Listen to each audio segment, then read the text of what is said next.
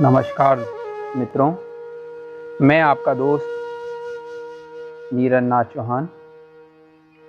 आज हम श्रीमद् भगवद गीता का दूसरा अध्याय पढ़ेंगे। अध्याय शुरू करने से पहले हम मंत्रोच्चारण करेंगे। आइए मिलकर मंत्रोच्चारण करते हैं। श्री ओम नमो भगवते वासुदेवाय वासुदेवाय विश्वेश्वराय आदि पुराण अपरंपराय आलेखाय पुरुषाय नमः। तो मित्रों, स्टार्ट करते हैं हम अपना दूसरा अध्याय। संजय ने कहा, हे धृतराष्ट्र, तब श्री कृष्ण दया से युक्त नेत्रों से आंसू भरे व्याकुल चित्ते अर्जुन से बोले, हे अर्जुन, अनर्थ के सेवन करने योग्य अवश्य कारक नरक में गिरने वाला मोह इस समय तुम्हारे मन में कहाँ से आया? तुम कायर मत बनो, यह शोभा नहीं देता। तुम हृदय की दुर्बलता को त्याग कर युद्ध के निमित्त खड़े हो जाओ। अर्जुन ने कहा, हे मधुसूदन, मैं रण में पूज्य भीम और द्रोणाचार्य के ऊपर बाण प्रहार कर कैसे युद्ध करूंगा? इस लोक में महात्मा गुरुजनों को मारने से भीख मांगकर भोजन करना उत्तम है, और अर्थ की कामना के लिए तो गुरुजनों को मारकर इनके रक्त से सने भोगों को कैसे भोगूंगा? हम नहीं जानते कि संग्राम में हम दोनों में कौन जीतेगा। यदि हम जीत भी लें तो जिनको मारकर हम जीवित रहना नहीं चाहते, वही धृतराष्ट्र के पुत्र हमारे सामने प्रस्तुत हैं। दीनता से मेरी स्वाभाविक वृत्ति नष्ट हो गई है और धर्म के विषय में मेरा चित्त मोहित हो गया है। मैं आपसे पूछता हूँ, जिससे निश्चय करके मेरा भला हो, वह मुझसे समझकर कहिए, क्योंकि मैं आपका शिष्य हूँ और आपकी शरण में हूँ। मुझे शिक्षा दीजिए। मुझे पृथ्वी का निष्कंटक राज्य मिल जाए और देवताओं का भी आधिपत्य मिल जाए, तो भी ऐसा कोई उपाय नहीं दिखता कि जो मेरी इंद्रियों को दुखाने वाले शोक को दूर करे। हे गोविंद, मैं युद्ध नहीं करूंगा। यह कहकर अर्जुन चुप हो गया। संजय बोले, हे राजन, दोनों सेनाओं के मध्य में घिन होकर बैठे अर्जुन से भगवान श्री कृष्ण ने यह वचन कहे, हे अर्जुन, जिसके लिए शोक नहीं करना चाहिए तू उसके लिए शोक करता है, और पंडितों के जैसे वचन तू कहता है, परंतु पंडित लोग ना मरो का शोक करते हैं, न जीवितों का। यह बात असंभव है। मैं पहले ना था, तुम भी ना थे, और ये राजा भी ना थे, और इसके बाद भी नहीं रहेंगे। जैसे देहधारियों की देह को लड़कपन, जवानी, बूढ़ापा ये अवस्था होती है, तैसे ही मृत्यु के बाद दूसरी देह की भी प्राप्ति होती है। इसलिए पंडित लोग मोह को प्राप्त नहीं होते। इंद्रियों का शब्दादि विषयों से संयोग जाड़ा, गर्मी आदि सुख दुख का देने वाला है। इसे आने जाने वाला और नाशवान जानकर सहन करो। हे नरश्रेष्ठ, सुख दुख को समान मानने वाले जिस वीर पुरुष को यह ब्रह्मा पदार्थ कलेश नहीं देते, वह मोक्ष पाने का अधिकारी है। असत्य वस्तु का तो अस्तित्व नहीं है और सत का अभाव नहीं है। इस प्रकार इन दोनों को ही तत्वज्ञान पुरुषों ने देखा है, जिससे यह सारा संसार व्याप्त है। उनको अविनाशी जानो, क्योंकि इस नाश रहित आत्मा का विनाश करने में कोई सामर्थ्य नहीं है। इस अविनाशी, अचिंत्य और नित्य जीवात्मा के ये सब शरीर नाशवान है। अतएव हे भारत, तुम युद्ध करो। जो मनुष्य इस आत्मा को मारने वाला तथा जो मरा हुआ मानते हैं वे दोनों ही अज्ञानी हैं, क्योंकि यह आत्मा न कभी जन्मती है, न मृत्यु को प्राप्त होती है, न कभी जन्मी थी, न मरेगी।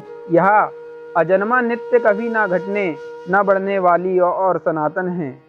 शरीर के नष्ट होने पर भी यह नाश को प्राप्त नहीं होती। जो पुरुष इस आत्मा को नित्य, अविनाशी, निर्विकार और अजन्मा जानता है, वह किसको घात करावेगा और किसको मारेगा। जिस प्रकार मनुष्य पुराने वस्त्रों को फेंक कर नए वस्त्र ग्रहण करता है, उसी प्रकार आत्मा पुरानी देह को छोड़कर नई देह को धारण करती है। आत्मा को शस्त्र नहीं काट सकते, अग्नि जला नहीं सकती, जल भिगो नहीं सकते, यह ना जल सकती है, ना भीग या गल सकती है और ना सूख सकती है। यह अविनाशी, सर्वव्यापी, स्थिर और सनातन है। यह इंद्रियों से जानी नहीं जा सकती, यह कल्पना से भी परे है और इसमें फेर नहीं हो सकता। इसलिए इसे ऐसा जानते हुए तुमको शोक करना उचित नहीं। हे महाभवो, यदि तुम इस आत्मा को नित्य जन्म लेने और नित्य मरने वाला मानते हो तो भी मुझको शोक नहीं करना चाहिए, क्योंकि जो जन्मा उसकी मृत्यु और जिसकी मृत्यु हुई उसका जन्म निश्चय है। अतएव जो बात अनिवार्य है उसके लिए सोच करना व्यर्थ है। जब जन्म लेने से पहले क्या था किसी को मालूम नहीं, मध्य में कुछ प्रकट होता है, फिर मरने के पीछे क्या होगा कोई नहीं जानता। ऐसी दशा में किस बात की सोच करना तुमको उचित है। कोई मनुष्य तो इस आत्मा को आश्चर्य से देखता है, आश्चर्यवत वर्णन करता है और आश्चर्य मानकर सुनता है, परंतु कोई देखकर, कहकर, सुनकर भी भली प्रकार नहीं जानता।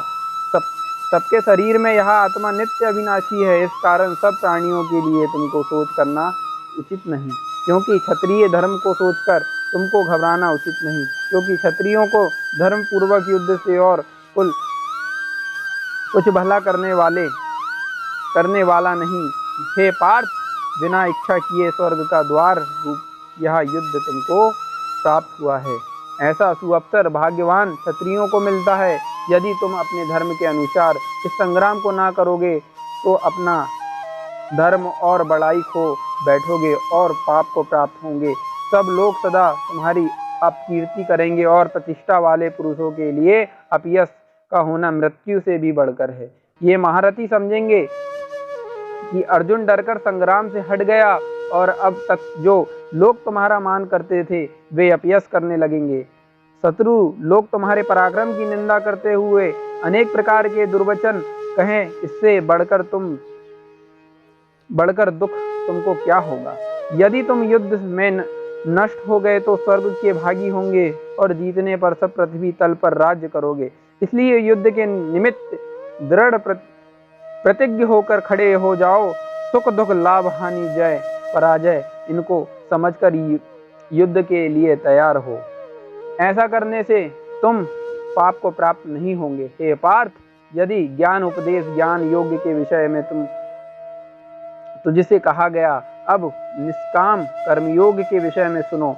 जिस ज्ञान को पाकर कर्म से तेरी मुक्ति होगी। कर्मयोग मार्ग एक बार प्रारंभ किए बिना कर्म का नाश नहीं होता और विघ्न पड़ने पर भी शुभ फल होता है, और इस कर्म का केवल प्रारंभ ही संसार के भय से छुटकारा पूर्ण प्राप्त कराता है। निश्चय करने वाली बुद्धि इस निष्काम कर्म में एक ही है और कामना करने से पुरुषों में बुद्धि एकाग्र नहीं रहती, उसकी शाखा प्रशाखाएं होती है। जैसी दशा में मनुष्य संदेह में रह जाता है। हे अर्जुन, अज्ञानी उस पुष्पिता वाणी को ही स्वर्ग सुख से बढ़कर कुछ नहीं समझते। स्वर्ग सुख को ही जो उत्तम पुरुषार्थ समझते हैं, उसी कामनाओं से चित्त व्याकुल होने के कारण निश्चयात्मक बुद्धि मोक्ष साधन को नहीं उत्पन्न होती। उनका चित्त भोगादि में सदैव निमग्न कर रहता है। जो मनुष्य का चित्त इस प्रकार मोह में और जिनकी आसक्ति भोग विलास ऐश्वर्य में है, ऐसे पुरुषों के अंत कारण में निश्चयात्मक बुद्धि नहीं होती है। अर्जुन, वेद त्रिगुणात्मक सकाम है, तुम निष्काम हो जाओ। दुख दुख को सकाम जानकर नित्य भोग्य क्षेम आदि स्वार्थों में ना पड़कर धीरजवान और आत्मनिष्ठ हो। जैसे छोटे छोटे अनेक जलाशयों में मनुष्य का कार्य सिद्ध नहीं होता, बड़े जलाशयों से वे सब प्रयोजन अनायास ही सिद्ध हो जाते हैं, उसी तरह संपूर्ण वेदों में कहा हुआ काम कर्म का फल ब्रह्म में शक्ति रखने वाले मनुष्य को सहज ही प्राप्त होता है। तुमको केवल काम कर्म करना चाहिए, फल तुम्हारे अधिकार में नहीं है। तुम ना तो फल की अभिलाषा से काम करो और ना तो निकम्मे ही रहो। फल की आशा त्याग कर कार्य की सफलता को समान मानकर तुम योगस्थ होकर कर्म करो। यदि कर्म ज्ञान योग्य है, इस बुद्धि योग्य सहित रहित कर्म से अन्य कर्म अत्यंत हीन है। इसलिए तुम बुद्धि योग्य का आश्रय ग्रहण करो। फल की इच्छा रखने वाले निकष्ट होते हैं। निकाम कर्म करने वाला पुरुष ईश्वर कृपा से इसी प्रकार संसार में सुकृत्य तथा दुष्कृत्य इन दोनों ही का त्याग कर देता है। इसलिए तुम निष्काम कर्म में प्रवृत्त हो जाओ, जो सब कर्मों से कल्याणकारक है। कर्म फल को त्याग कर ही बुद्धि युक्त ज्ञानी पुरुष जन्म बंधन से हटकर मोक्ष को प्राप्त होता है। जब तुम्हारी बुद्धि मोह बन के बाहर निकल जाएगी, तब तुम्हारा मन आगे सुनने वाली तथा सुनी हुई बातों से विरकष्ट हो जाएगा। अनेक श्रुति स्मृतियों के वचन को सुनने से तुम्हारी बुद्धि भ्रमित हो जाएगी, जिससे समय वहां निश्चल होकर आत्मा में स्थित होकर तभी तुमको तत्व ज्ञान प्राप्त होगा। अर्जुन ने पूछा, हे केशव, आत्मस्वरूप में निश्चल बुद्धि वाला किसको कहा है? उसके लक्षण क्या है और वह कैसे बोलता है, कैसे बैठता है, कैसे चलता है? श्री कृष्ण बोले, हे अर्जुन, जो महापुरुष मन से सब कामनाओं को त्याग देता है और अपने आप में ही प्रसन्न रहता है, उसको निश्चल बुद्धि कहते हैं। दुख में जिसको मन को खेद नहीं होता और सुख में जिसको आसक्ति नहीं होती और प्रति भय क्रोध जिसके जाते रहते हैं, वह महात्मा स्थिर बुद्धि वाला मुनि कहलाता है। जो सर्वत्र स्नेह करता है, जो सुख पदार्थ प्राप्त होने से हर्ष नहीं करता, अशुभ से अप्रसन्न नहीं होता, उसको स्थिर बुद्धि वाला जानना चाहिए। और कछुआ जैसे अपने अंगों को सिकोड़ लेता है, उसी तरह जो पुरुष अपनी इंद्रियों को विषयों से हटाता है, उसकी बुद्धि स्थिर जाननी चाहिए। निराहारी पुरुषों के विषय घट जाते हैं, परंतु विषयों में उसकी चाह बनी रहती है। हे अर्जुन, मोक्ष का प्रयत्न करने वाले विद्वान व्यक्ति को भी प्रबल इंद्रिया बलात् उनके मन को जीत लेती है। इसलिए सब इंद्रियों को विषयों से रोकने में मेरे विषय तत्पर हो जाओ। जिनसे इंद्रियों को वश में कर लिया, उसी की बुद्धि निश्चल है।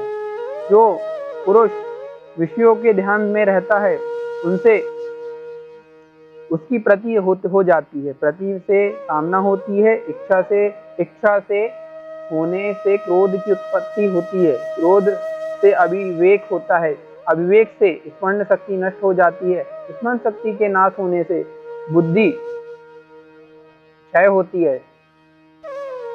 जिसकी बुद्धि का नाश होता है, वह नाश को प्राप्त होता है। जो पुरुष राग द्वेष से रहित हो, इंद्रियों से विषय सुख का अनुभव नहीं करता और अपने मन को वश में रखता है, वह शांति को प्राप्त होता है।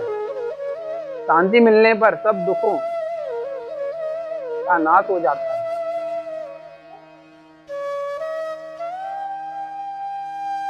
प्रसन्न चित्त वाले की बुद्धि तुरंत निश्चल होती है और जो पुरुष योग युक्त नहीं है, उसको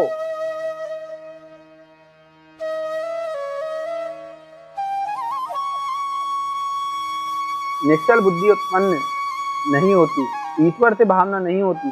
भावना के ना होने से शांति होती है। अशांत को दुख कहाँ मिलेगा? जैसे वायु नाव को जल में खींच ले जाती है, इसी प्रकार इंद्रियां उस व्यक्ति की बुद्धि का नाश कर देती है। उसका मन विषय शक्ति से इंद्रियों के पीछे लग जाता है। इस कारण से हे महाबाहो, जिसकी इंद्रियां विषयों से में सर्वथा रोक ली गई है, उसकी बुद्धि स्थिर है। जो सब प्राणी मात्र की रात है वही संयमी का दिन है, और प्राणी मात्र जिस समय जागते हैं मुनिजनों की वह रात्रि।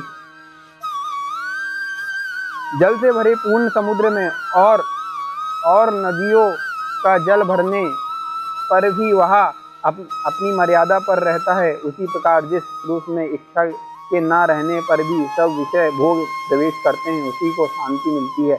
विषय की इच्छा करने वालों को शांति नहीं मिलती। जो सब कामना को छोड़कर तथा इच्छा रहित विचारता और ममता अहंकार जिसमें नहीं है, वह शांति को प्राप्त होता है। हे पार्थ, ब्रह्मा स्थिति यही है। ब्रह्मा स्थिति यही है। ऐसी स्थिति मिल जाने पर प्राणी जिस मोह में नहीं फंसता और अंत समय का निर्वाण ब्रह्म को प्राप्त होता है। दोस्तों, यह श्रीमद् भगवद गीता का द्वितीय अध्याय था हिंदी अनुवाद में। तो आप लोगों को यह अध्याय काफी पसंद आया होगा। आपको ये अध्याय पसंद आया होगा तो इस YouTube चैनल को सब्सक्राइब और साथ ही बेल आइकन दबा लीजिएगा, जिससे आपको और भी जो अध्याय हमारे YouTube चैनल पर डले उसकी नोटिफिकेशन सबसे पहले आपको जाती रहे। और साथ ही हमारे वीडियो को लाइक कर लीजिएगा और अपने दोस्तों के साथ शेयर कीजिएगा। धन्यवाद दोस्तों, मिलते हैं हमारे नेक्स्ट वीडियो में।